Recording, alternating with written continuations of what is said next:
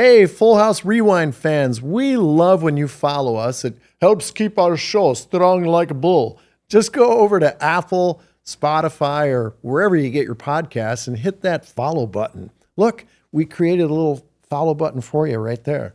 That's right. Hit the button.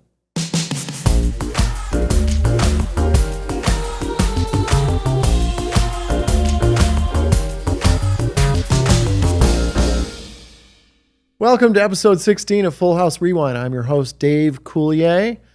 And our guest today, I've known since he was a kid actor on Full House. You may know him from his starring role in the TV series Smart Guy. As a voice actor on the Kim Possible animated series, he also starred in the TV series Baby Daddy and the Muppets Mayhem, which I can't wait to talk to him about. But you may also know him as Michelle Tanner's best friend, Teddy, on Full House. Please welcome Tahj Mowry. What up, Dave? Mowry. Might you say Mowry? I'll say Mowry. See, now I always heard your name when we were back in the day when we were doing Full House. When you were playing Teddy, I heard your name pronounced a couple of different ways. One was Maury and one was Mowry. Yeah. So it's Maury. It's Maury. But all these years I just don't correct people, Dave. So you could say it how you want to say it. But I want to say it the same way. It's Maury. And I know I have to say your sister's name coming up with a question. Are you nervous? In a couple of minutes. I am a little messed up about that. Thank you so much for joining us. We've known each other for so long. And I need your help today because we're going to talk about Full House episode number 16. Also known as But Seriously, Folks. And episode 16 was directed by Joel Zwick. I don't know if you ever worked with Joel. Remember Joel. Yep. And this episode aired on February 5th, 1988. Oof. So Tahj, can you, we've got it written down there for you. Can you give us the rundown of what happens in this episode? And then you and I are going to talk about it. Let's do it. Yeah. So basically, Joey's comic debut in front of a talent scout is jinxed when a member of the audience, Phyllis Diller, takes over his spot in the lineup. Ooh, Phyllis Diller, man.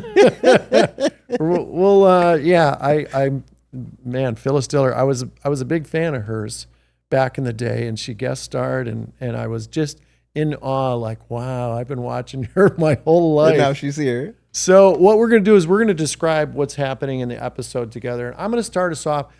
Feel free to jump in anytime. Okay. This is just kind of an open forum to talk about the show as we make our way through it. Okay. Bet.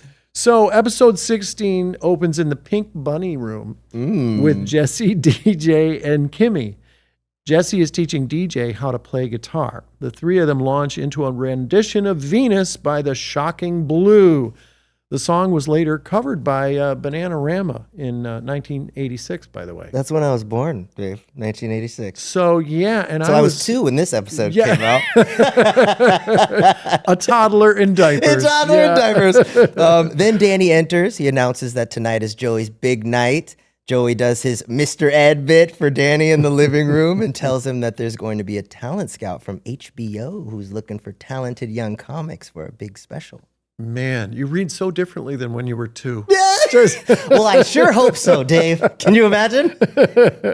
Okay, back to the show. Jesse, Danny, DJ, and Steph go to the comedy nightclub to support Joey.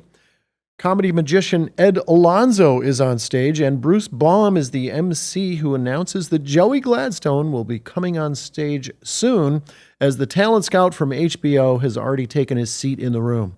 Just as Bruce Baum is starting to intro Joey, we discover that famous comedian Phyllis Diller is also sitting in the audience. Dun, dun, dun. Bruce invites her on stage. Phyllis does an hour and a half of stand-up. That's actually happened to me many times.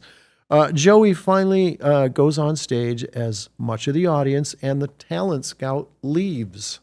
And then, this first part, Teddy would say it as the next morning. Because I couldn't say my R's then, but now I can, guys. Often imitated by people back then, too. Yep. And they loved it. The next morning, the family goes to Joey's bedroom. Joey is dressed in a 3-piece business suit and announces that he's quitting comedy and entering the business world.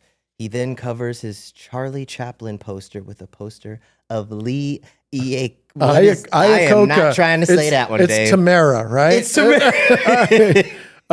Jesse and Danny are in the living room with Michelle trying to find her a daycare center. They do a workout routine as Michelle watches while wearing her new sweatband, which was so cute. Joey enters and announces he's had 8 job offers and has turned them all down. Wow. And we're back in the famous Pink Bunny room as Jesse continues his guitar lesson with DJ. DJ's frustrated. It's not going well. Then Jesse tells her a story about how he was inspired by Elvis. Of course. We were all inspired by Elvis, right? Of course. Jesse and Danny decide that they're going to convince Joey to get back into the comedy business. They go back to the nightclub, and it's new talent night.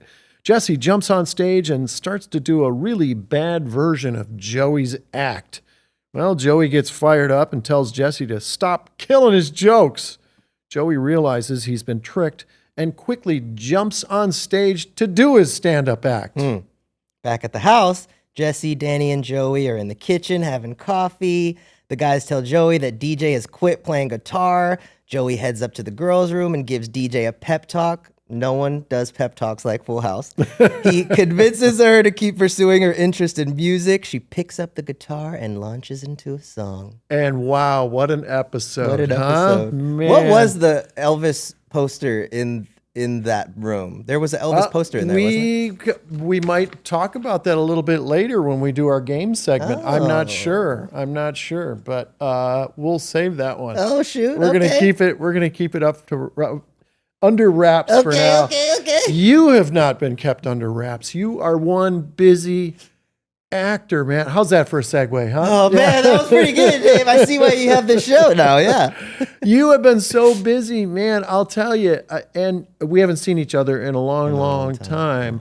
But I'm so glad we're here and we can catch up a little bit. I remember, and everybody, we all remember when you played Teddy on Full House. My wife loved that character, and I think everybody did because you were Michelle's best friend. And I want to go back. We're going to go set the time machine and go back a ways. Yeah. I want to know what you remember being on the Full House set, because I remember you clearly and your family, and we'll talk about that. Yeah, I remember. I feel like I remember more than people would assume. I remember certain sets more than others. I remember being excited when I could go up the stairs in the house because they were so big back then to me. Oh, in the living room. In the living room. Yeah. And there's really nothing back there, guys. And so as a kid, I'm like, this is so cool. You know what I mean? It's like explorer time. Yeah. And then how the stairs would continue in the hallway set where the bedrooms were. I just, from a young age, sets always like, they were just so cool to me. It was like a place to explore the, the fact that they look so real, but they're fake. I just loved that. I don't think I ever figured out how the steps all connected. How they all house. connected? Yeah, because we had them in the kitchen. That's right. We had them outside where the bedrooms were, where the girls' rooms were, and Jesse's rooms. Then we had my room in the basement. They went down there, and then we had them going up in the living room and the kitchen, up and down, in the kitchen. Yeah, and I remember if you had a lot of people coming into the room, you'd all be huddled up there, and they'd go, "We see your leg." Yeah. We see your foot. You'd scooch in some more. The cue lights, know. And if you got a case of the giggles or something funny happened, you were dead sitting up there. I remember you keeping us giggling with your voices. I remember that. You were always good with us with that. I was always cutting up, and I loved making the kids laugh, because I'm a big kid, and I would do something silly. Those kitchen stairs, by the way, I broke 2 toes goofing around on those one time. We had a scene. Yeah, we had a scene. It was during the audience shoot, and I was making a joke, and I was backpedaling down the steps talking to the studio audience, and I tripped and I fell down, and I went. Everybody's like, "You okay?" And you hear my voice go, "Nope, I think I broke a couple toes." So, Look at that. Of course you made a bit out of it, Dave. I'm broke sure it- the audience loved it broke couple- anyway. And I think I said, I think you better call a tow truck. It was some stupid This stupid is joke. why, people. But This is why. so you do remember stuff I remember about quite the a bit. show. I remember. Because you were how old? Oh my gosh. 5, 6? Yeah, I think it was from 5 to 8. 5 to 8. Okay. 5 to 7, Yeah. 5 to 8. Yeah. I remember the school room, which was always fun. And I also remember you guys coming to visit sometimes in the school room. We did. We did. And it was always fun because when, some episodes it was just me and Michelle. And then some episodes we had Journey, we had Miko. So those days I remember classroom being, yes, scenes, the click. yeah. You know what I mean? Sure, yeah. And I remember those days being the most fun because you'd have 5 kids in the schoolroom and we're all cutting up during class. And you guys had to go to class. Oh yeah. Yeah. Oh yeah. What was that like? It was always a different experience for every kid Mm-hmm. actor that I talked to about what was school like. I always found that so interesting that you had to be a professional. Yeah. You had to go to school and you had to. I always wanted to know, how did your grades translate to regular school? Yeah, I think for me it helped because my parents were shout out to mom and dad. They were very particular about when I wasn't on set sending me back to normal school. Yeah. So I had both a tutor situation on set and then I had regular school, public school. So it's also all I knew. Like I was Yeah. getting tutored at such a young age because I started so young. Yeah. So it really wasn't like a thing or it wasn't like difficult for me. It was fun. You got to go to your school and get the work for that week and, bring it back. And it was all I knew, Dave. Yeah. It's like, And I remember your family being on set. Yeah. And I want to talk about that because your sisters were there, your mom was there. Yeah. You guys were there a lot when you were there. And it always seemed to me like all of you kids were very grounded, and which is always a sign of great parents. Yeah. So I'm sure your parents kept you that grounded because that doesn't just happen. Right. That comes with some great parents. Yeah. So am I right? You were. Thank you. Yes, you are Yeah. right. And I think it's a lot of things. Number one, it's our faith. We grew up in church, and to me, till this day, Jesus is important to me. And from that, we learned at a very young age to respect our elders, to appreciate this cool job that we're getting to do. Yeah. And also, they taught us at a young age to separate it. When you're at work, this is work. You're a kid, but this is work. This isn't, where your identity lies. This isn't who so you smart. are. So smart. This is just a fun hobby that you get to do as work, as a job. And there's a paycheck too. And you get a little paycheck as well. Pay for that college tuition. And they were also in the military as well. So, one of your parents is from Hawaii? I was born in Hawaii. You were born in Hawaii. They were both stationed in Hawaii. So that's how. And then Okay. my sisters were born in Germany because they were stationed in Germany at the time. And then we have a Okay. younger brother who was born on a base in California. So, yeah. That is, well, because we had some kids, you talk about your faith. We had some kids who were the devil that were guest stars. You're saying the literal spawn? Yes. There were some kids where, man. and you could tell there was a big difference. There was a huge difference because you guys were polite. Yeah. You were respectful of other people's spaces. You knew when to chill on the set, and that's taught to you. Yes. Respect is taught Yes. to you and all that stuff. Yeah. So, when I knew you were coming on, I thought back to those days and I thought, those were really polite kids. Aw. That was my takeaway. I love that. I will be telling my parents that so after good today. on Yes. them. Good Yes. on them. Thank you, Now, Dave. your sisters, Yes. who were there as kids too, And even guest starred as Teddy's sisters. That's Yeah. right. That's right. Yeah. That's what I said. Yeah, when your man. family was there, Yeah. you guys were all there. They also had a very successful series, Yeah, Sister, a big show. How much did you learn from them, if anything at all? Because you started so young. So Yeah, I think it was I think we were constantly learning from each other because we all kind of started at the same time. Right. Yeah. Yeah, I think it was just a nonstop cycle of learning from each other. And again, it's like, it's all we knew, especially since I was younger than, they're 8 years older than me. So like, yeah, it's all we knew, but you know, getting to see the other in their environment and then them coming to see me in my environment, it was kind of just like a melting pot of So of they learning. were already working, you know, by the time. Yeah, so you know. basically first it was commercials, right? So like I was doing a bunch of commercials. Yeah, you were the perfect commercial. I kid. was just like, I think at one point I had done like 5 McDonald's commercials, and then they like wouldn't let me audition anymore because they're like, "You're good, kid. All right, let's give the other kids." I'm like, "All right, dang." Like, so yeah, and then my sisters were doing a lot of pageants in their younger days. We lived in Texas for a bit before we moved to California. That is like pageant central. Yeah. Oh yeah. And before it was what it is now, it was it was very different. The reality shows. Yeah, it was way more innocent and not as toxic as it is now. Yeah. So we grew up in it. But yeah, we were all doing our own sort of thing. But they had got Sister, I believe, after Full House. Right. And then before I got Smart Guy. Right. And then, you know, I went to do their show a few times. They went to do Smart Guy a few times. So it's always been like that, you know? Yeah. And I want to talk about the pressures because you have to be professional. Yeah. You got to be professional on those sets. There's 100 people around you expecting you to hit your mark, hit your line, get the laugh, and we're moving on, you know? So it is a pressure cooker. And I would sometimes really feel for the kids, you know, and I felt very concerned because our Full House kids, I felt like an uncle to those kids. And we were always very protective, especially me, John, and Bob, Lori.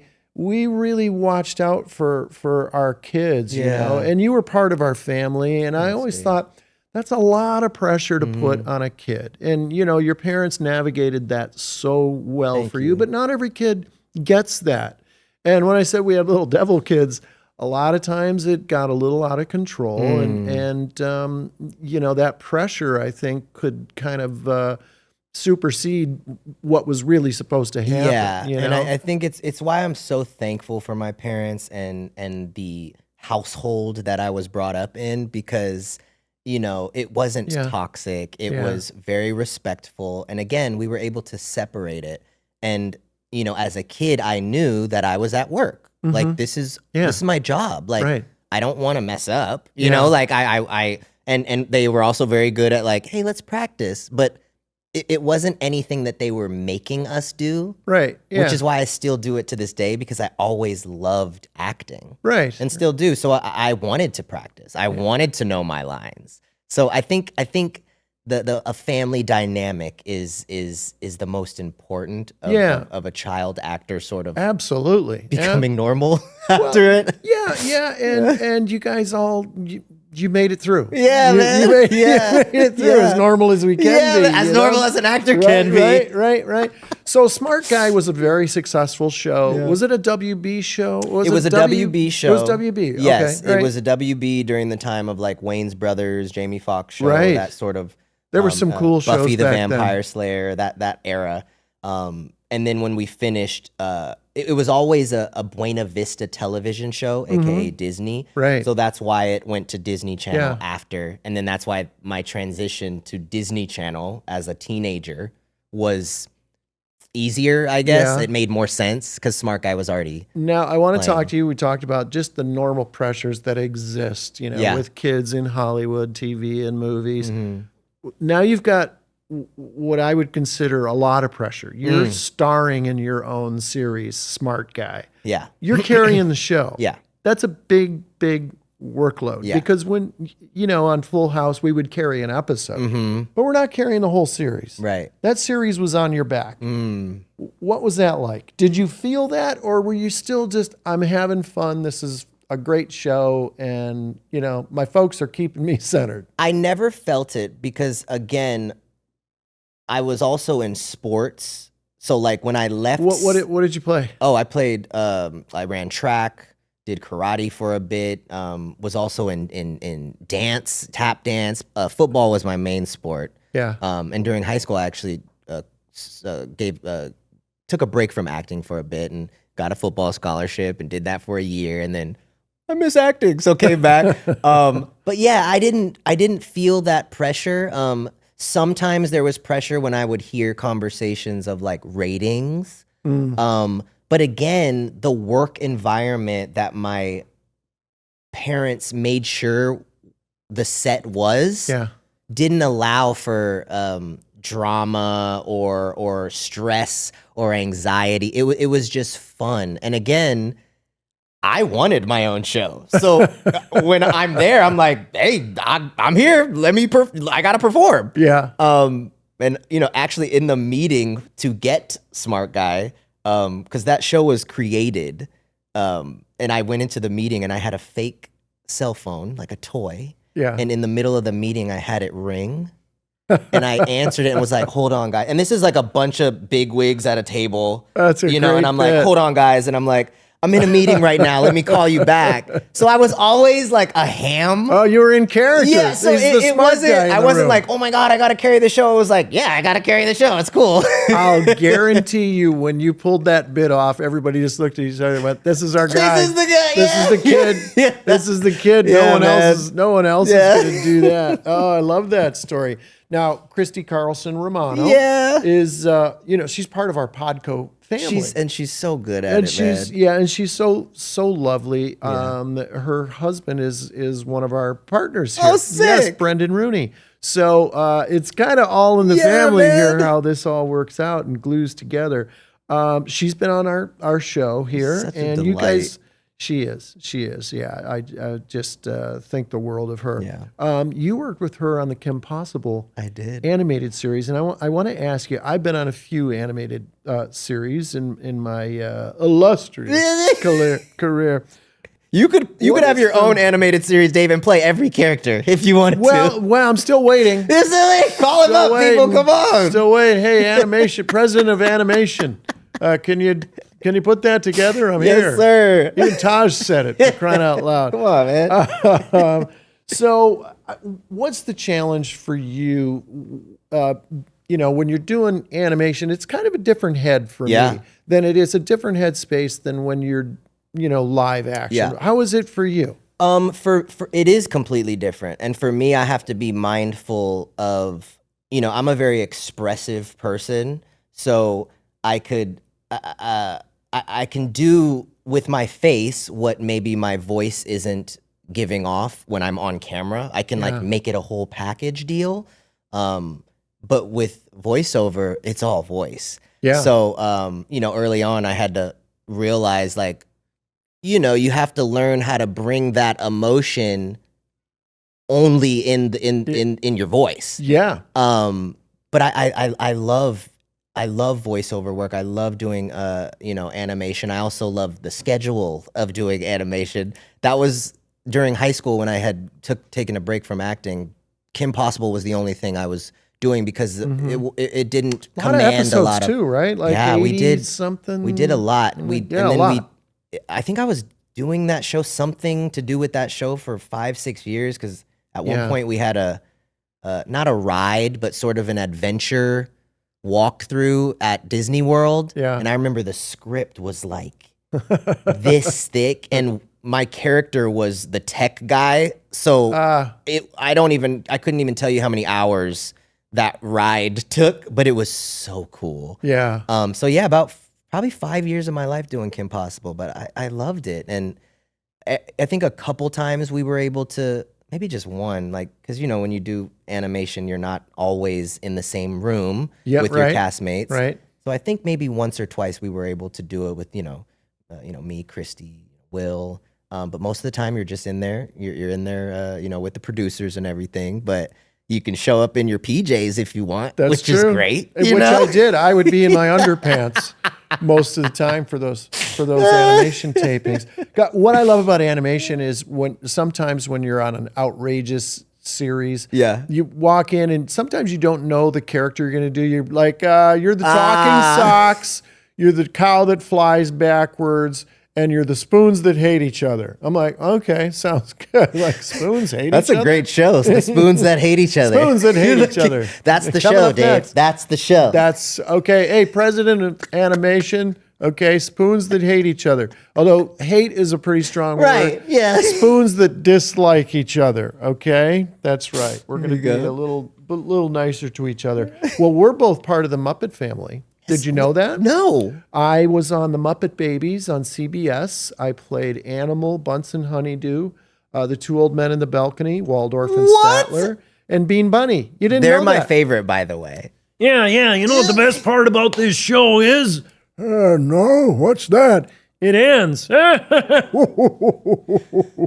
I loved playing those characters. My day is made Oh, from that. man. Thank you, Dave. Waldorf and Statler, those No, guys man. they always got the zingers. I got to see their the puppets of them on set because they were in our last episode of Muppets Yeah. Mayhem. They had a little cameo, and I remember reading the script, going, "Yes, yes." And you got to yours. Mine was all animated, Mm. Muppet Babies. Yours, you got to work with the actual puppets, and the stage is like built up, right? Yeah, they're like, elevated. because the people are down. Yeah, it was. Tell us about that. Oh my gosh. Okay, so talk about. I don't think I've ever experienced like a first day of work that was as overwhelming as working on a live action Muppet show. You're elevated 4 feet off the ground. There's monitors everywhere because the Muppet performers have to see what they're doing. Yep. You have to make sure you don't get lost because you're so enamored at watching them do their work. Yeah. Because they're recording their lines at the same, like they're mic'd.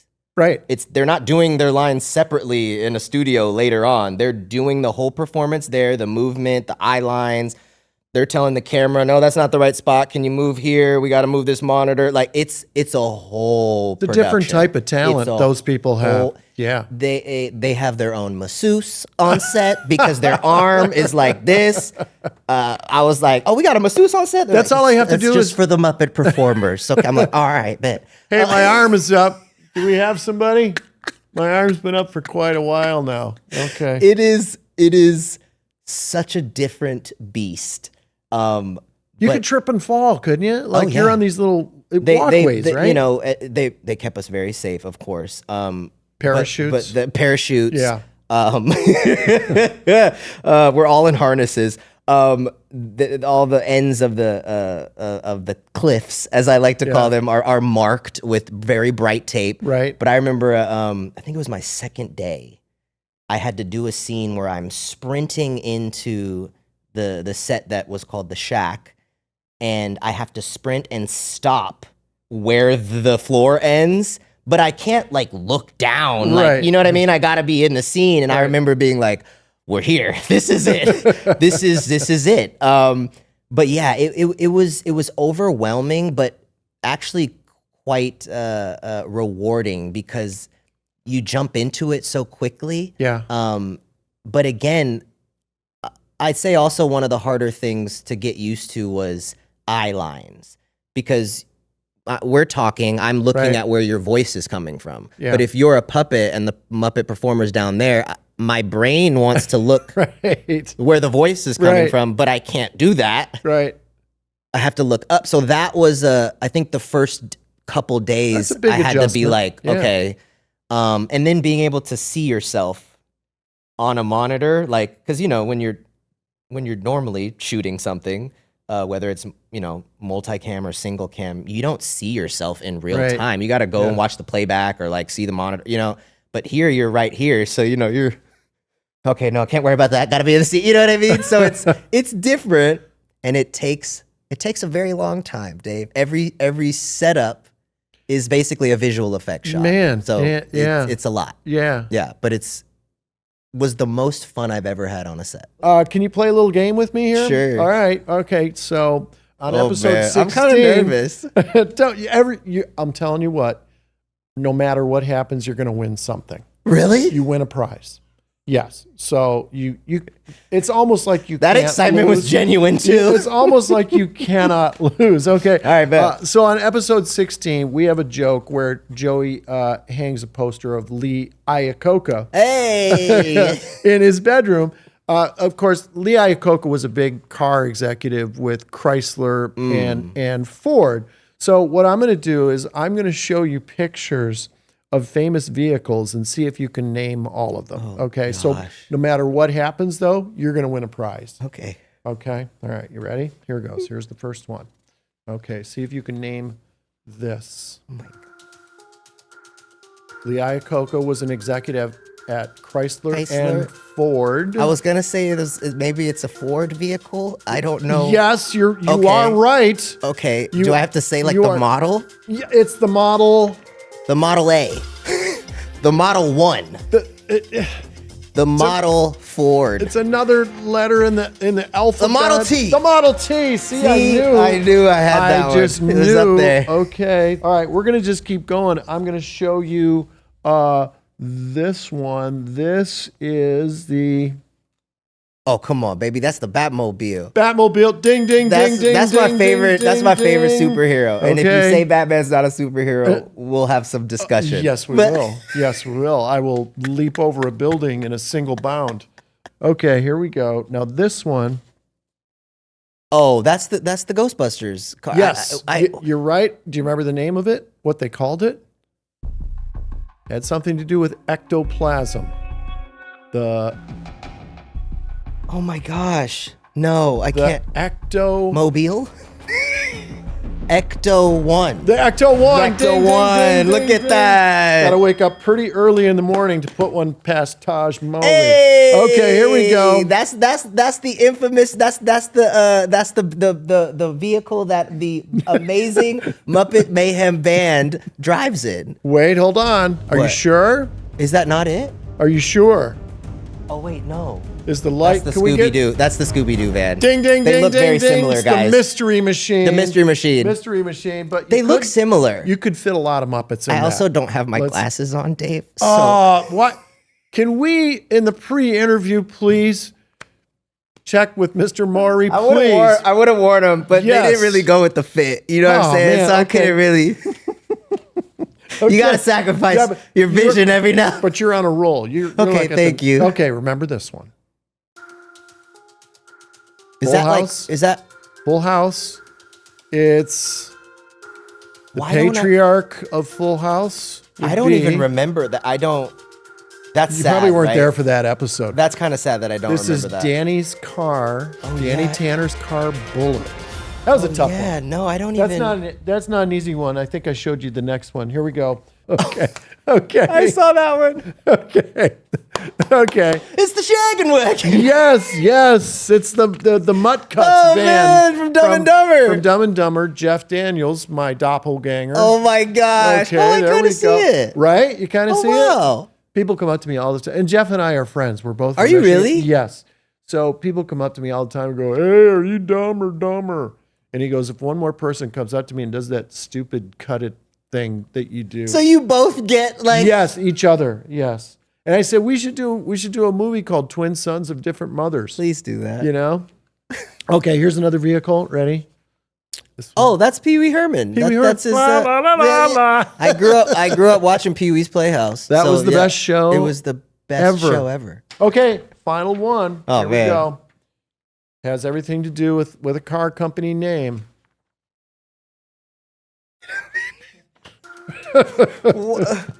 Oh, like Kiki Palmer. I'm sorry to that man. Who is that? You got to bring your glasses if you come back. Okay. Okay, It's the president. it is. Has everything to do with a car company. Ford. Yes, Yeah, it's yeah. Gerald Ford. Gerald Ford, who okay. probably fell When out was of a he car president? at one point. 70s. Okay, Dave. Yes, Come Gerald on. Ford in the 70s. But he is a president.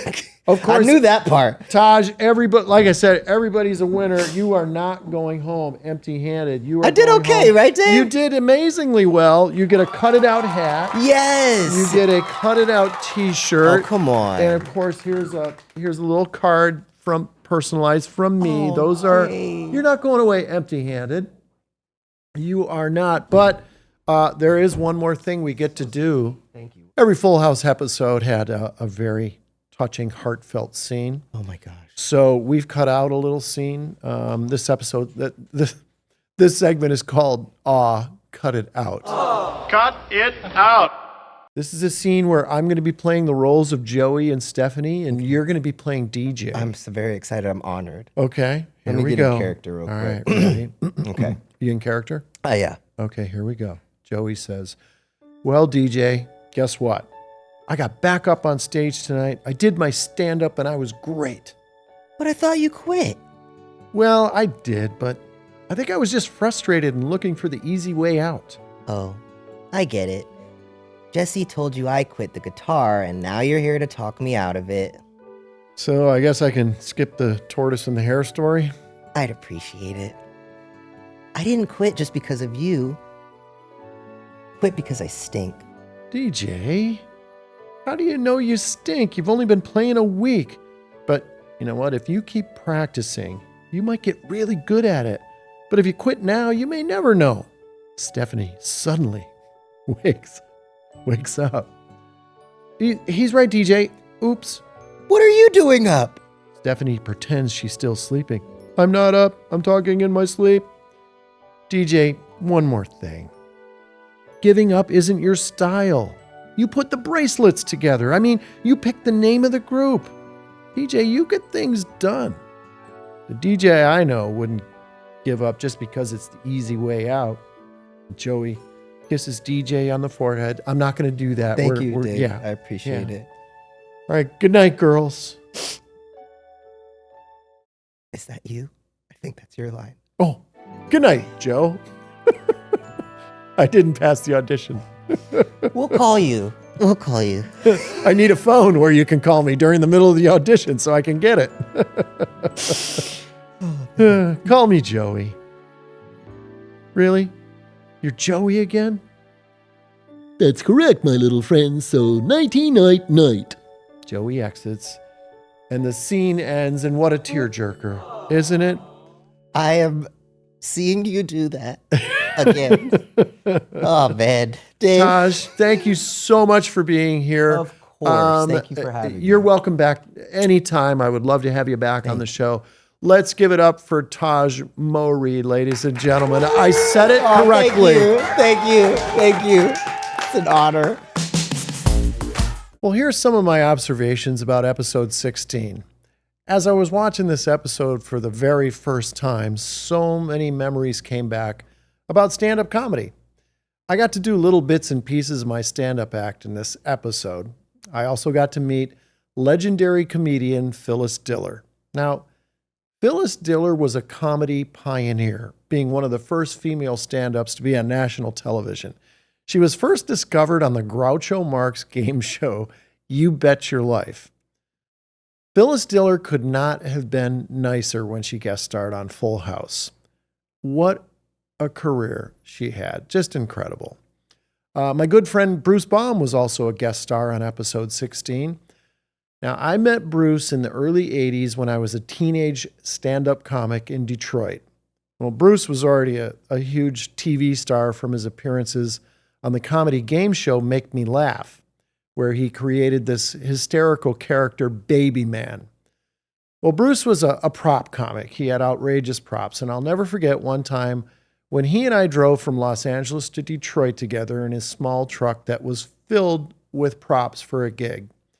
Okay, so we had a day and a half to make the drive as Bruce was scheduled to be on radio and TV to promote his stand-up shows at the Comedy Castle in Detroit, my home club. We were driving through Texas, and a Texas state trooper pulled us over for speeding. So Bruce tells the officer that we were comedians on our way to Detroit to do some shows, and we were speeding so we could make it there on time. So the trooper took a good look at both of us, and then he made Bruce open the back of his truck. So you got to picture this. The truck was loaded with Bruce's crazy props that he was going to use for his shows. We're talking blow-up dolls, propellers, drums, guitars, crazy hats, cookies, cartons of milk, and puppets. So the trooper looked at Bruce in disbelief, and then he said, well, I'll tell you what, if you can make me laugh, I'll let you go. So Bruce does 5 minutes of stand-up, makes the officer laugh, and we drive away. We made it to Detroit with just 30 minutes before the first radio interview started. So it kind of got me thinking about how the comedy world is full of dreamers.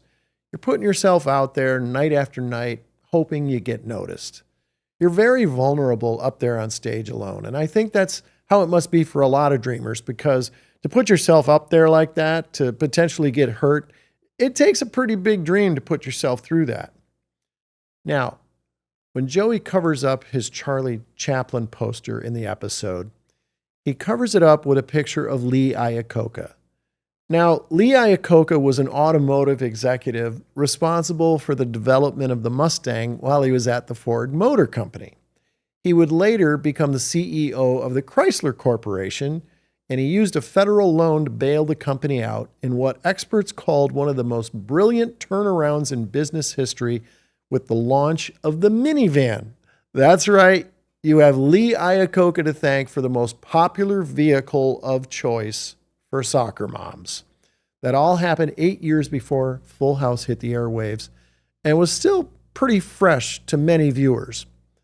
Now, the scene in the living room with Danny and Jesse doing a workout routine with Michelle is absolutely hysterical. It is by far the funniest scene in this episode.